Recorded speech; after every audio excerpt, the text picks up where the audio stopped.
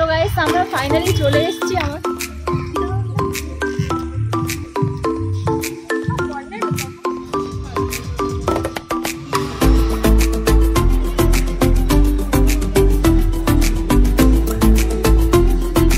কথা হচ্ছে অনেক টায়ার্ড লাগছে।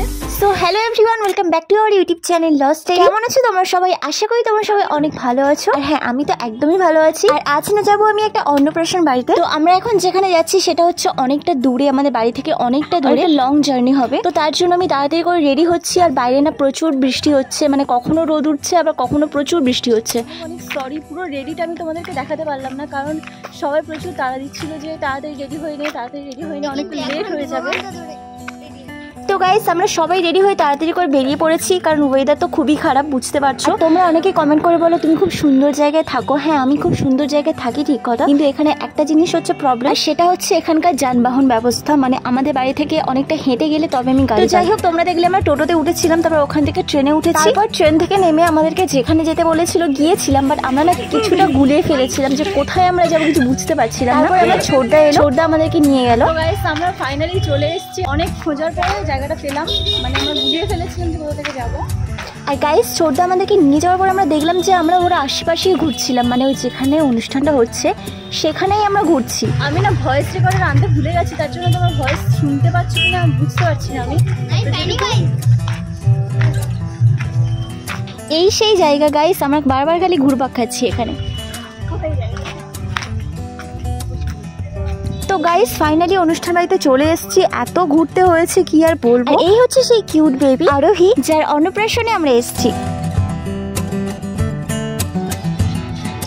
তোমরা দেখলে সমস্ত গেস্টরা চলে এসেছে, শুধু আমরাই শেষে এসেছি। আর কারণটা তো তোমরা সবাই জানো, আমাদের বাড়ি খুব কাছে না, কি আর বলবো দুঃখের কথা। তো চলো খেয়ে নেওয়া যাক, অত দুঃখ করে কোনো লাভ নেই। এখানে দেখো পকোড়া স্টল দিয়েছে, আমি এখান থেকে ভেজ পকোড়া চিকেন পকোড়াটা নিয়েছি। কোল্ড ড্রিঙ্কসটা এখন নিলাম না, আগে এটা ট্রাই করবো। চলো দেখে নেওয়া যাক কেমন খেতে হয়েছে, মানে আমি তোমাদেরকে রিভিউটা দেবো। তো প্রথমে আমি ভেজ পকোড়াটা ট্রাই করেছি, সত্যি বলছি দুর্দান্ত লেগেছিল। মানে একটা ভেজ রেসিপি যেমন খেতে হয়, এবার একটা ভেজের সাথে যদি নন ভেজের তুলনা করো তাহলে তো সেটা হয় না, তো সেই দিক থেকে দেখতে গেলে একদমই পারফেক্ট। চলো এবার নন ভেজ মানে চিকেন পকোড়া আমি টেস্ট করবো। চিকেন পকোড়াটা খাওয়ার পরে আমার মনে হয়েছে যে এটাও বেশ ভালো হয়েছে, কারণ ভিতর থেকে জুসি আর উপর থেকে ক্রাঞ্চি ভাবে একটা ছিল, যার জন্য আমার দুটো পকোড়াই বেস্ট লেগেছে। দেখো তোমরা যারা আমাকে ফলো করো তোমরা সবাই জানো যে আমি খেতে ভালোবাসি, এই রকমের রেসিপি ট্রাইও করি। তো একটা অনুষ্ঠান বাড়িতে এসেছি আর খাবার রিভিউ দেবো না তা কি করে হয়? আমরা না ভিতরে ভিডিও করতে পারছি না, কারণ প্রচুর লাইটিং দিয়েছে, যার জন্য মানে টেস্টটা ঠিকঠাক আসছে না, তাই বাইরে এসেছি আমরা।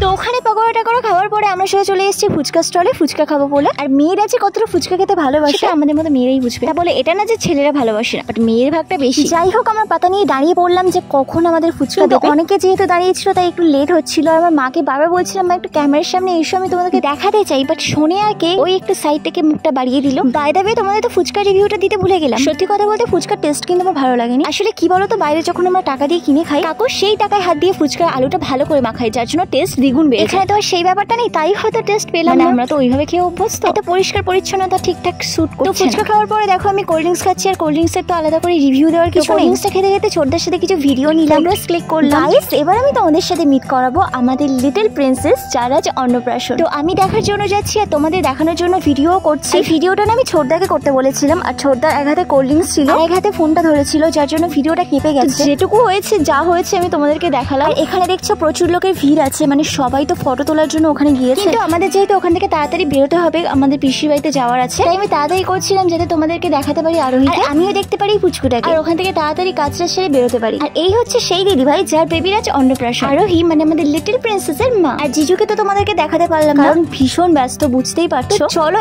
এই হচ্ছে আমাদের পুচকু।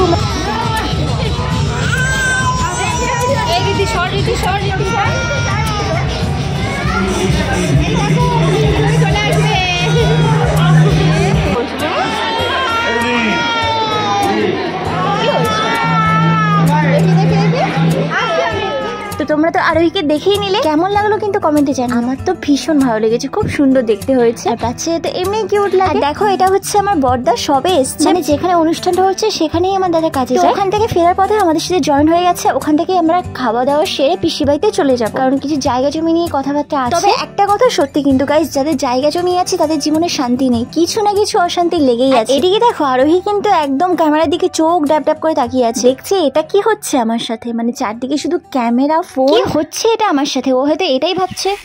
তো এদিকে দেখো আরোহীকে আমি ওর মায়ের কাছে দিয়ে চলে এসেছি, যেখানে খাওয়ানো হচ্ছে, বিকজ আমাদের তাড়াতাড়ি বেরিয়ে যেতে হবে। আর এখানে দেখো সব লোকজন চলেও এসছে, বসেও পড়েছে।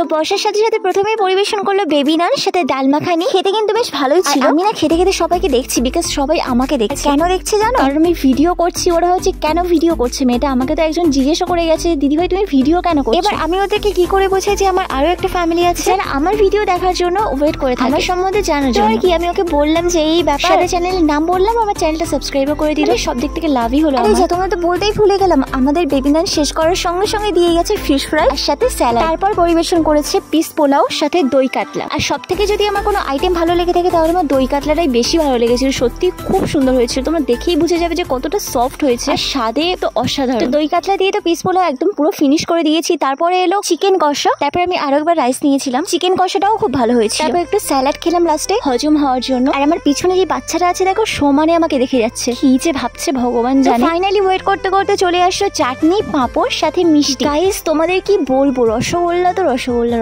তো মাস্ট লেগেছে, এতটা সফট হয়েছিল, এতটা টেস্ট কি বলবো। যেটা ভালো সেটাকে তো ভালো বলতেই হবে। সন্দেশটাও মোটামুটি লেগেছে, বাট রসগোল্লার কাছে কেউ। যাই হোক মিষ্টিগুলো খাওয়ার পরে তারপরে দিল আইসক্রিম। আইসক্রিমটা খাওয়ার পরে তাড়াতাড়ি করে বেরিয়ে আসলাম, কারণ তো যেতে হবে তোমরা জানো। তো এদিকে দেখো খাওয়া দাওয়া কমপ্লিট করে আমি আর দাদা সব থেকে আগে বেরিয়ে এসেছি, মানে বড়দা। এই ফুলগুলো না খুব সুন্দর লাগছিল, তোমরা আমাকে কমেন্টে জানিও তো এই ফুলগুলো কি না। গাইস কুকুর ডাকছে দেখেছো কিরকম, মানে কুকুর ঠিক জানতে পেরে গেছে, মালিকের কোনো খবর নেই। এই চুপ করো। তো গাইস আমাদের খাওয়া হয়ে গেছে এবার অনেক। আর দেখেছো রিদ্ধি কিরকম করছে, আমি যে ভিডিওটা এন্ড করবো করতেই দিচ্ছে না। তো গাইস আমাদের খাওয়া কমপ্লিট হয়ে গেছে, অনেক রাত হয়ে গেছে, এবার আমরা বাড়িতে যাব, মানে বাড়িতে না পিসি বাড়িতে যাব। তো ওখানে গিয়ে তোমাদের সাথে দেখা হচ্ছে আর কথা হচ্ছে, অনেক মানে টায়ার্ড লাগছে। তো যাই বাড়ি থেকে তারপর কথা হচ্ছে, আর প্রচুর আওয়াজ হচ্ছে শুনতেও পাবে না। তো চলো।